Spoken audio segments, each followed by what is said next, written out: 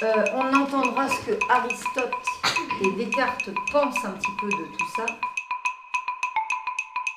Du Uno, bravo! Bien sûr. Ah oui, des cartes. Alors, on verra.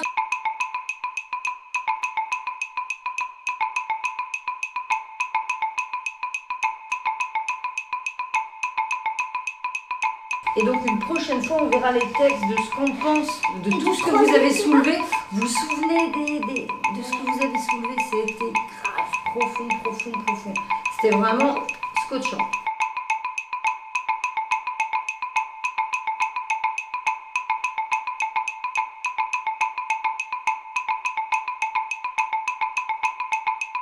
Est-ce que vous pouvez dire à Joachim et Shogun en quoi ça consiste en fait? Alors en fait, on forme 3 groupes.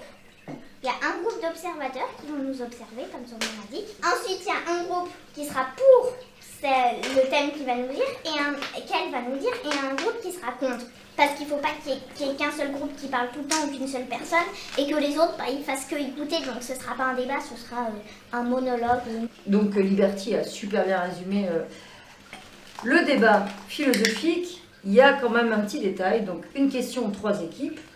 La question, personne d'entre vous ne la connaissait. Oui, c'est la surprise. Oui. Il va y avoir une équipe, oui, une équipe, non, qui va avoir pour tâche de trouver des arguments, mais très bons.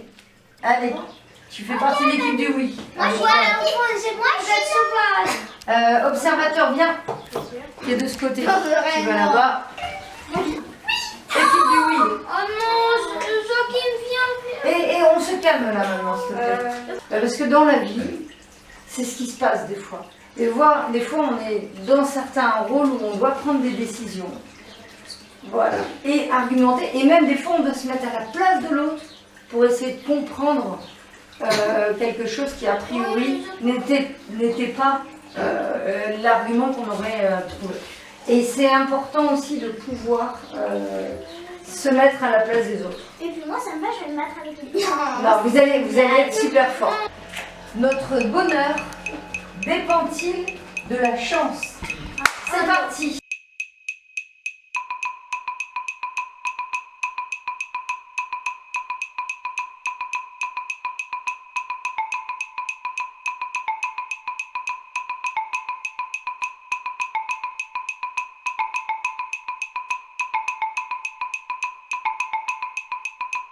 Ne pas couper la parole, c'est ce qu'on appelle une condition de possibilité du dialogue.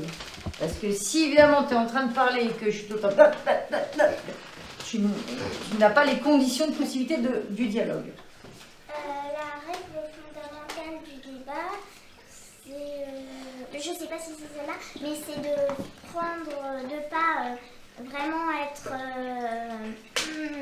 méchant avec les autres parce qu'on n'est pas d'accord. Liberty, ce qu'elle vient de dire, c'est très important. Ça veut dire qu'en philosophie, et comme dans plein de domaines, hein, mais c'est vraiment le propre aussi de la démarche philosophique du dialogue, c'est qu'on ne prend pas les choses personnellement. Exactement.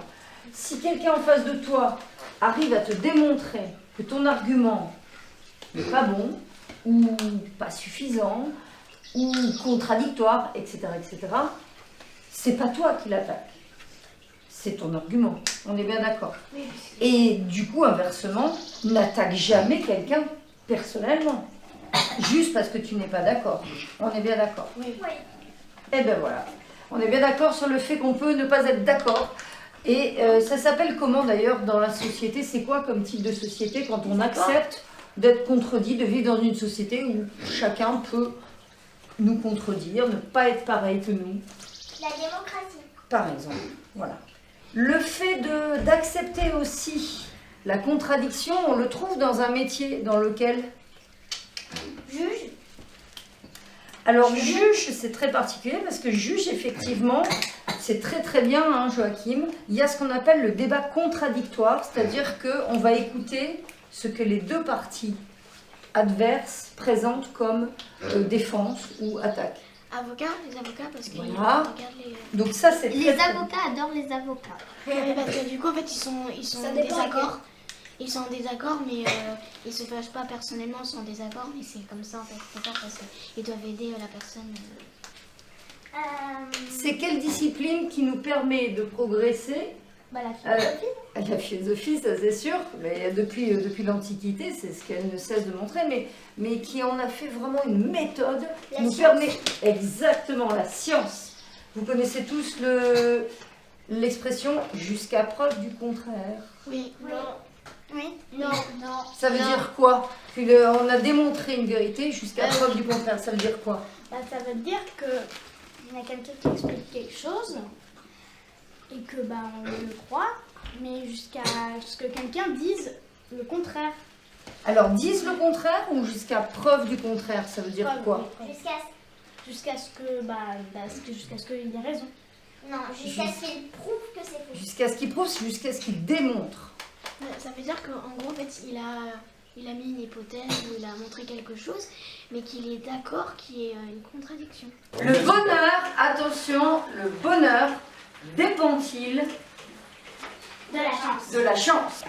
Si tu es heureux dans ta vie et que à un moment, par exemple, tu joues au loto et que tu perds, vu que tu es heureux, tu le prends pas mal. Quel est le rapport avec le bonheur? Si t'es heureux si tu gagnes, et t'as de la chance si tu gagnes. T'es heureux. Donc là, ça dépend de la chance. Oui. Vous résumeriez cet argument par quel mot? Loto. Alors, vous l'avez dit en fait. Hein. Comment? Le jeu.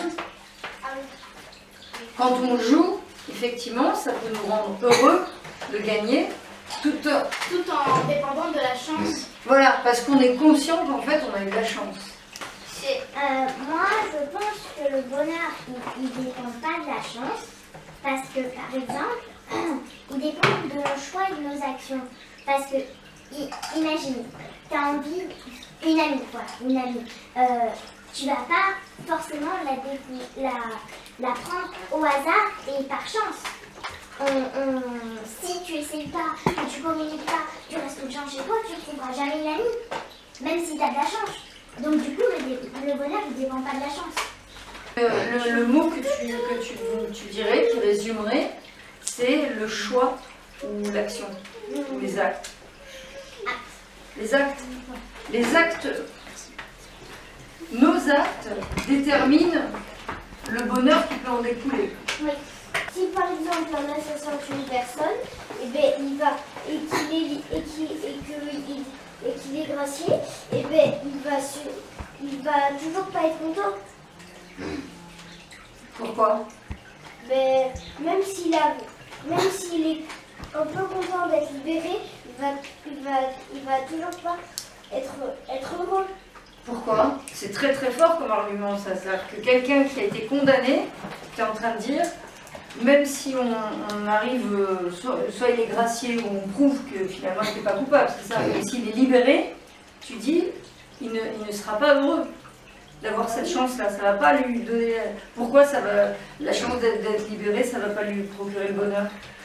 Il va toujours pas être content de ce qu'il a fait.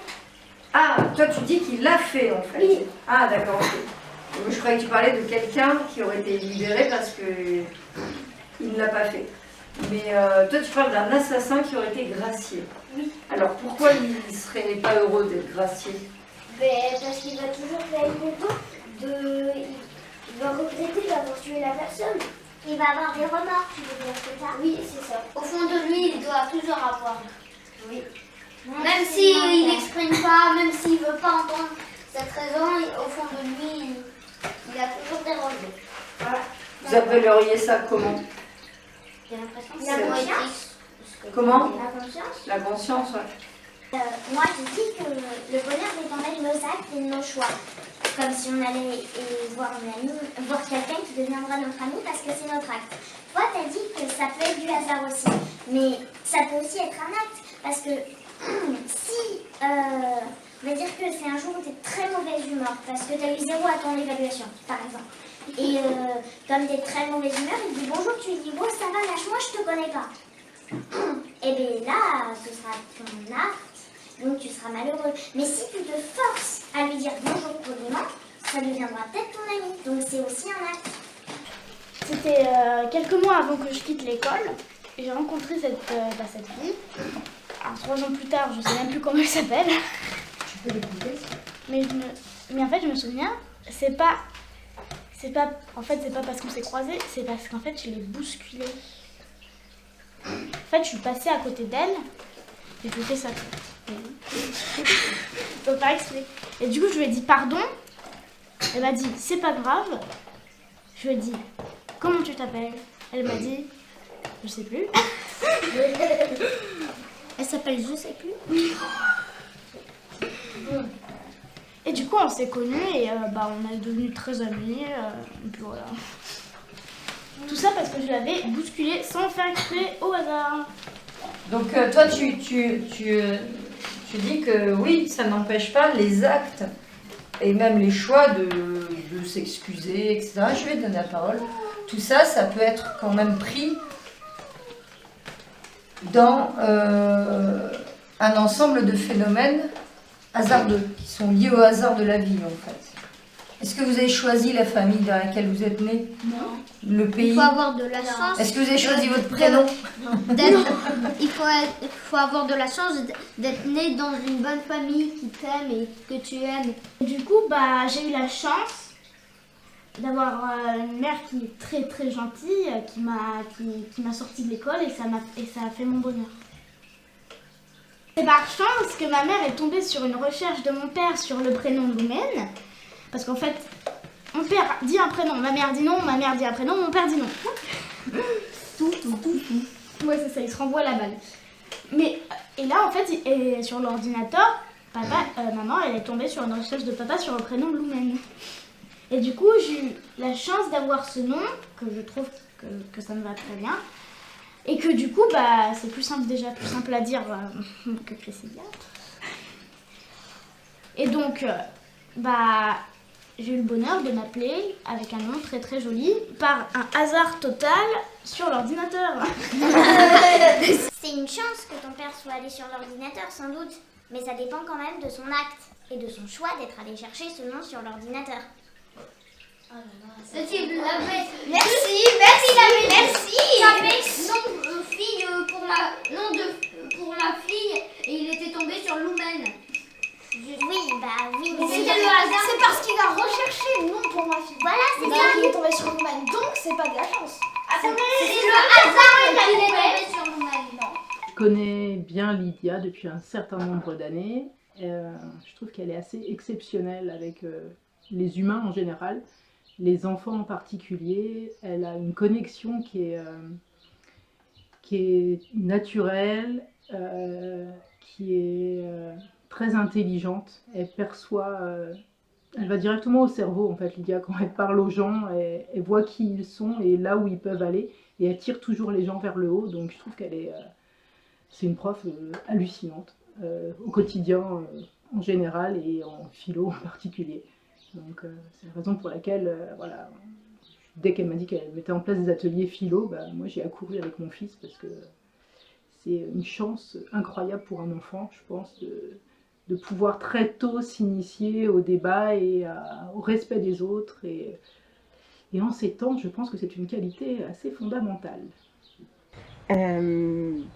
Déjà, je trouve que c'est un vrai atout pour nous, dans notre petite communauté, d'avoir Lydia comme une des mamans, comme elle est prof de philo, et c'est une super prof, je trouve. Et déjà, je sais que moi-même, ma prédilection, c'est vraiment, j'aime beaucoup la philo, et j'aime beaucoup avoir cet espace, cette opportunité pour les enfants de pouvoir parler librement et se poser des questions, poser des bonnes questions, penser aux problématiques de notre monde, de notre société. Je pense qu'on sous-estime largement la capacité des enfants déjà à y prendre plaisir et même apporter des chouettes réponses à leur façon. Ça, c'est le côté déjà, moi j'aime beaucoup déjà cet univers-là et ce genre d'activité.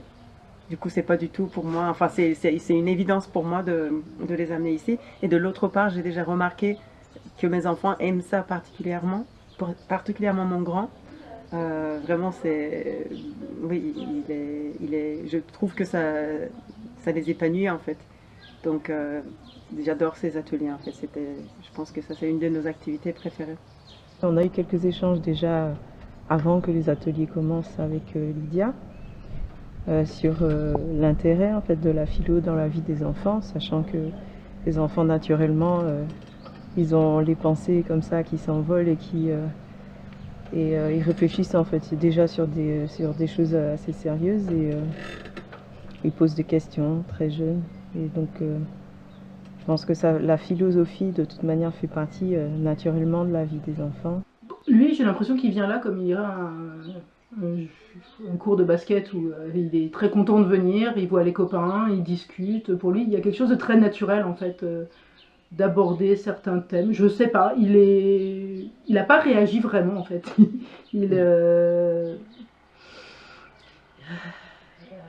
Non, pour lui c'est normal. Voilà, il y a des pour, il y a du contre, et puis non, c'est très fluide en fait. Il n'a pas réagi. Je sais pas comment dire. Et c'est naturel. On avait eu pour l'anniversaire d'un des garçons, Lydia était venue passer du temps avec nous, et il avait proposé, il y a cette série de livres qui s'appelle le Goûter philo, qui sont vraiment chouettes pour les enfants, même pour les ados je pense, qui sont vraiment bien faits. Et il en avait amené et il avait proposé une petite séance pour les enfants. Donc il y avait mes 2 garçons et il y avait son fils aussi.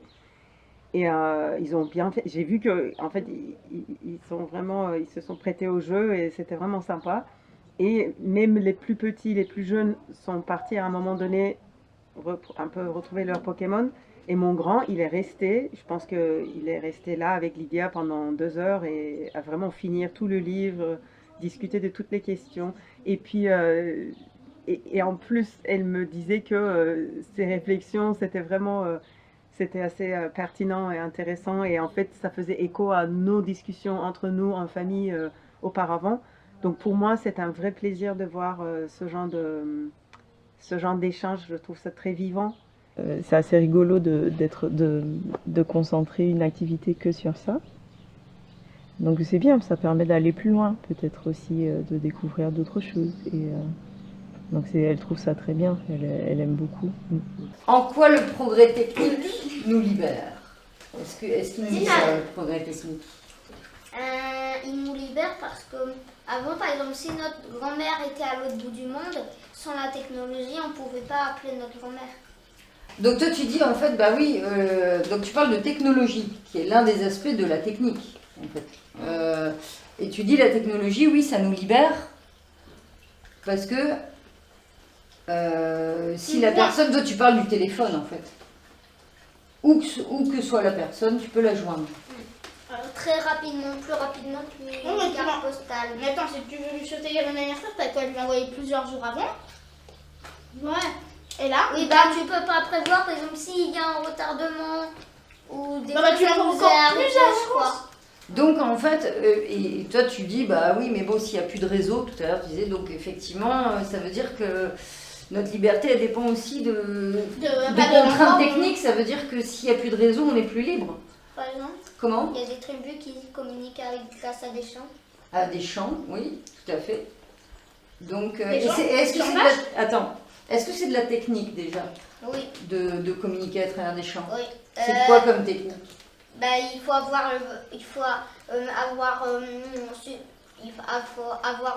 exemple il faut savoir le chanter, c'est oui. technique. Moi par exemple je chante faux. Et les Grecs, le mot qu'ils avaient pour ça c'est techné. L'art, ils appelaient ça techné, c'est le savoir-faire. Donc pour toi c'est vraiment la technique, le progrès technique peut nous libérer. Mais nous libérer de quoi alors?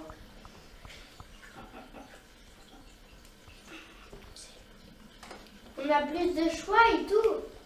Par quoi tu résumerais, toi, ton argument qui est quand même assez important? Oui, la technique peut nous libérer. Non, mais là, tu dis film, mais avant, c'était la communication. La communication? C'est quoi? L'électricité. Oui, mais là, tu parlais Internet. du chant tout à l'heure. Internet. Il n'y avait pas d'électricité. La communication. Internet. Communication. La relation. Internet. Réseau. Communication ou relation? Internet. Parce que... Non, communication. Communication. Et Loumen, depuis tout à l'heure, a le bras tendu. Alors, je vais dire, je vais répondre. je rebondis sur rien du tout. Mais le gouvernement, il se sert de l'internet pour contrôler les gens. Alors, est-ce que là, c'est toi qui dis ça ou c'est des choses que tu as entendues? Non, c'est moi qui dis ça. En quoi tu as constaté ça? Nous C'est contrôle. que il y a tout le temps des gens qui sont sur leur téléphone et du coup j'arrive pas trop à l'expliquer parce que je sais pas trop comment l'expliquer, mais en tout cas je le sais. Alors, quel est le mot qui résumerait ce que tu dis comme argument? C'est-à-dire que toi, Moi, j'en elle est en avais train un, de dire, mais tu vois, c'est une bonne réponse. Elle est en train de dire oui, d'accord, mais la communication, elle peut être contrôlée et finalement, Ah oui, par c'est une exemple, entrave à la liberté. Je vais te donner la parole. Du coup en fait moi un jour j'ai parlé à l'assistant Google, mais du coup j'avais pas de journal intime. Alors, et du coup en fait j'ai appris que le gouvernement il savait tout. Mais la police ne peut pas hacker sans avoir de raison. Elle doit toujours avoir une preuve de pouvoir le hacker. Elle ne peut pas te hacker comme ça, par hasard, ils te prennent par hasard.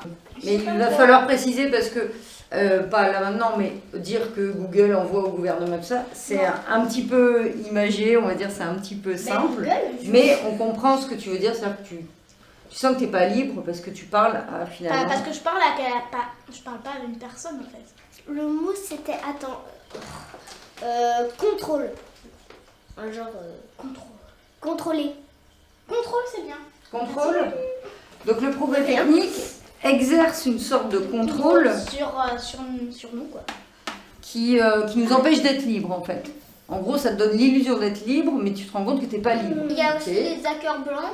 Par exemple, ils repèrent avant que l'hacker vienne, ils repèrent par exemple dans Google, il y a une faille ici, ils peuvent rentrer ici et ils alertent Google pour qu'ils réparent. Ils sont payés des milliards et des millions. Des milliards, pas Des vraiment, millions, mais mais des millions. ils sont payés une certaine somme. Peut-être pas, en tout cas, à proportion de ce qu'ils font économiser, effectivement. Donc, mais il y a aussi les hackers du téléphone, eux, ils s'appellent des freakers. L'un des principes de la philosophie, c'est quand on affirme quelque chose, qu'est-ce qu'on doit faire? On doit le prouver. On doit le prouver, donc on doit citer des sources. Donc ça, ce sera l'objet, on va voir après, quand le débat sera fini. On doit avoir des preuves et on doit citer ces sources, on doit démontrer, on doit expliquer de manière très sourcée, argumentée, etc. Étayée, comme on dit, c'est-à-dire qu'on amène des arguments et aussi des exemples précis. Donc ça, on verra après le débat, si justement on peut un petit peu tous, pour la prochaine fois, amener, si vous pouvez amener des preuves de ce que vous avez dit. D'accord ? Joman, elle disait que du coup, elle aimait pas parler à Google parce que c'est envoyé au gouvernement. Et... Oui, c'était juste pour un peu essayer d'être un tout petit peu clair, enfin, si je peux, je sais pas. C'est que... Bon, le truc qui est vrai, c'est que quand on parle à Google, ça enregistre un instance Google. Après, au gouvernement, après, on ne sait pas. Après, tu disais quoi toi? Non, mais après, c'est une violation de la vie privée, c'est interdit d'envoyer au gouvernement ce qu'on dit. Oui, mais j'ai dit sur l'assistance Google. J'ai juste dit ça. Donc vous avez amené déjà une discussion extrêmement pointue et c'est très intéressant que vous, à votre âge, la première définition que vous donnez du contrôle technique, c'est pas mal. Du progrès technique, c'est justement une forme de contrôle ou de liberté qui passe par la loi. Est-ce que vous voyez d'autres formes, justement, de progrès technique qui nous libéreraient Bah, ou oui. au contraire ne nous libéreraient pas? Nous libérer, oui, parce qu'elle disait son assistant Google, c'est un peu comme un journal intime. Et parfois, ça revient un peu à l'autre débat, faut-il ignorer la peur? Tu peux dire des choses à ton assistant Google, tu vois, que tu n'oserais pas dire à quelqu'un, tu vois. T'as envie de dire des trucs, Tu parfois, peux le laisser finir, s'il te plaît? à quelque chose qui t'arrive, et t'as envie de le dire, tu vois, mais tu sais pas à qui le dire, tu vois. C'est pas vraiment, t'as pas envie de le dire à tes parents, t'as pas envie de le dire à tes potes, à ton frère, à ton je sais pas quoi, tu vois. Répond Mécan, il est en train de dire finalement tu as utilisé l'assistant Google comme un journal intime parce que tu n'osais pas dire à qui que ce soit d'autre. En fait, Et finalement, Liam il dit d'ailleurs c'est que tu parles à personne. quand tu parles à... Mais ça te libère de mots que tu as envie de dire et que voilà. Ça te Bah, si libère de j'avais mots. un journal intime à cette époque, j'aurais écrit, hein, ça m'aurait Tu libéré. parles à un objet. Bon, aujourd'hui, on ne peut pas vivre sans le progrès technique. Pourquoi? On peut pas. Voilà. Ah oui, tu peux pas, tu vois.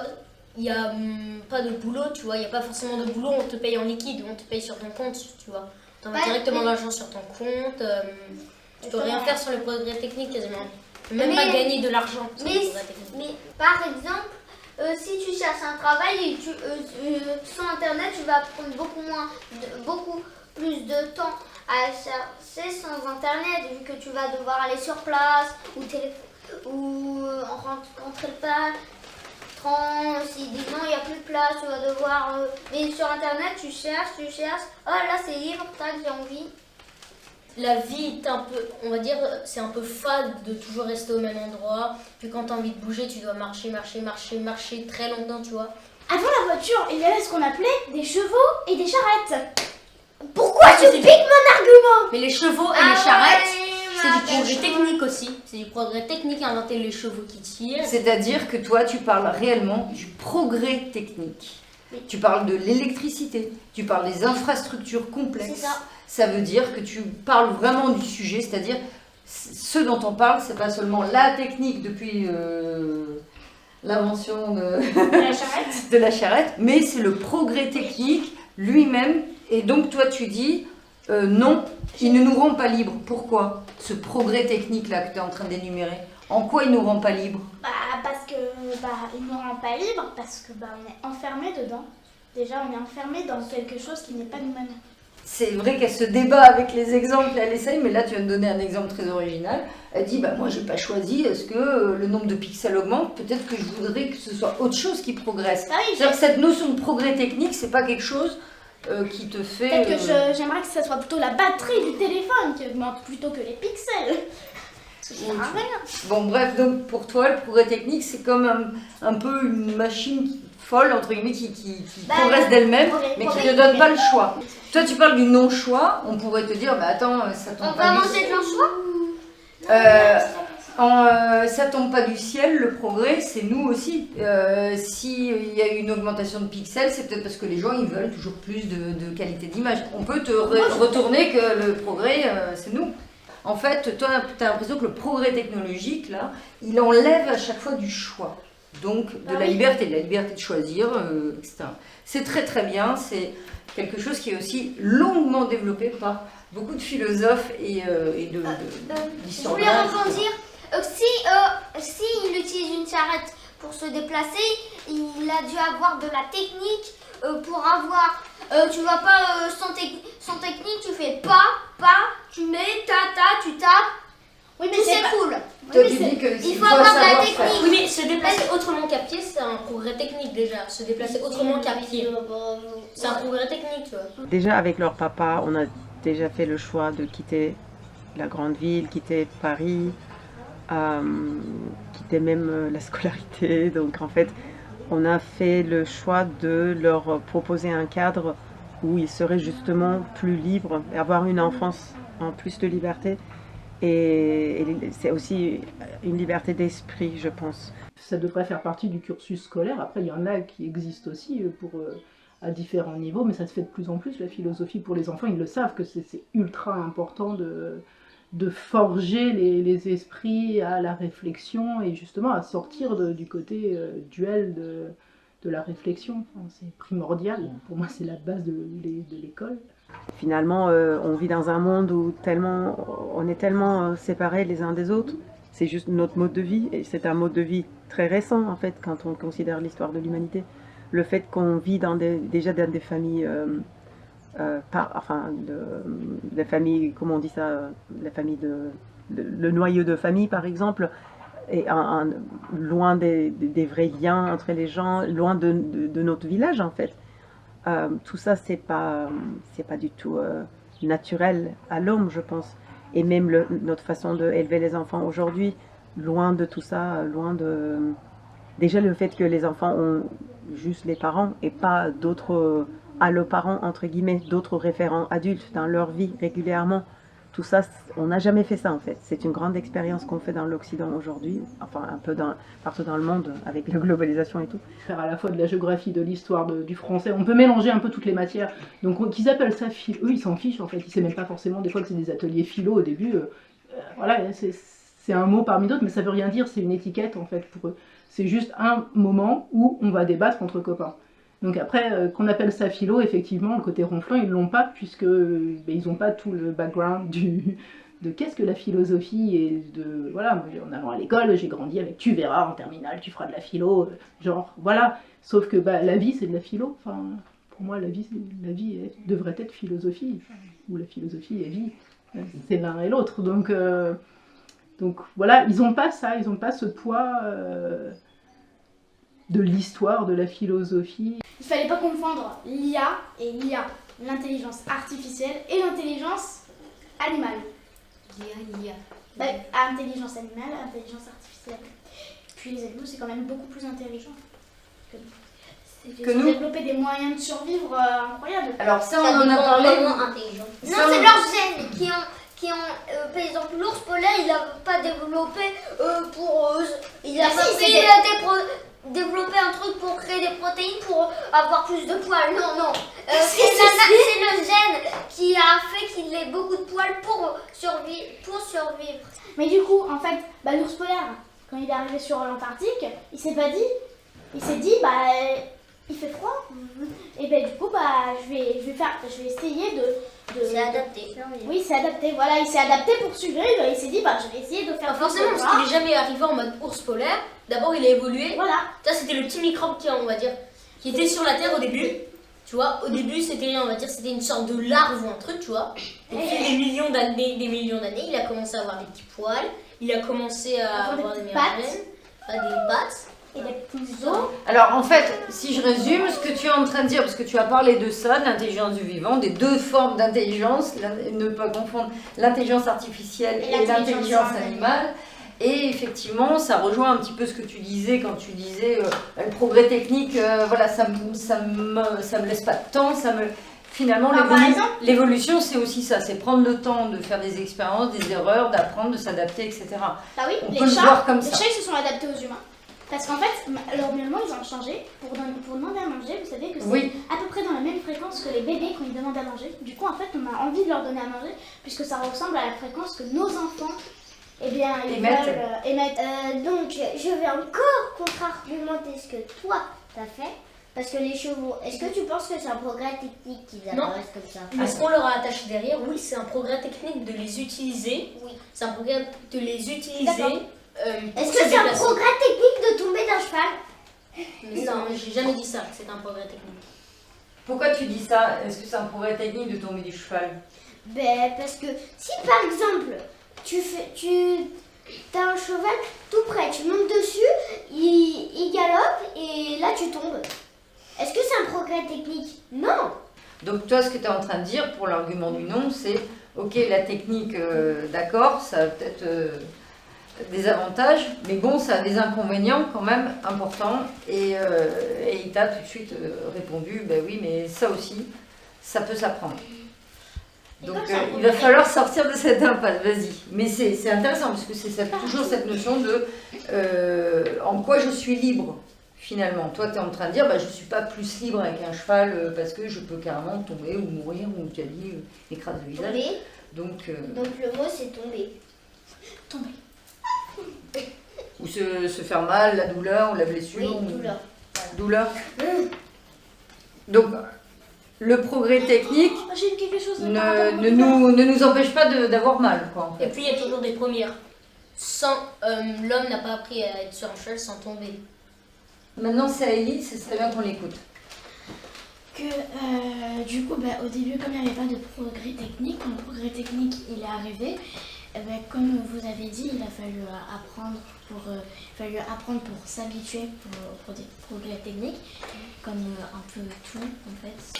Quand on découvre quelque chose, il faut apprendre. Tout à fait. Et que aussi, du coup, est-ce que ça libère? En fait, ça apporte des choses. Comme aussi ça coupe aussi des choses qu'on avait dans notre quotidien, qu'on ne fait plus du coup. vu qu'il y a des moyens plus rapides. C'est parce que comme les humains, eux ils aiment la rapidité, donc ils aiment tout ce qui est rapide.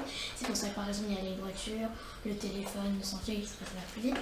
Parce que l'humain il a de la patience, mais il aime quand les choses sont rapides. Il aime quand il a le temps, quand tac, à 9h il y a ça, tac, à 2h il y a ça, comme ça. Notre vie s'est organisée maintenant complètement autrement. On s'est habitué à ça en fait. À tel point qu'il y a des personnes, si tu décroches pas tout de suite, des fois tu te fais... Elles le prennent mal, elles te disent qu'elles mal poussent. Elles ne s'imaginent pas voilà, que tu es peut-être... voilà, tu ne peux pas du tout quoi. Tu es au cinéma, tu fais quelque chose d'autre, tu vois. Alors est-ce que le progrès technique nous libère? Bah moi je dirais comme tous les autres ateliers où à chaque fois on est tous en accord sur le même truc, je dirais qu'il y a ni oui, ni non, donc il y a oui et non et ni oui et non.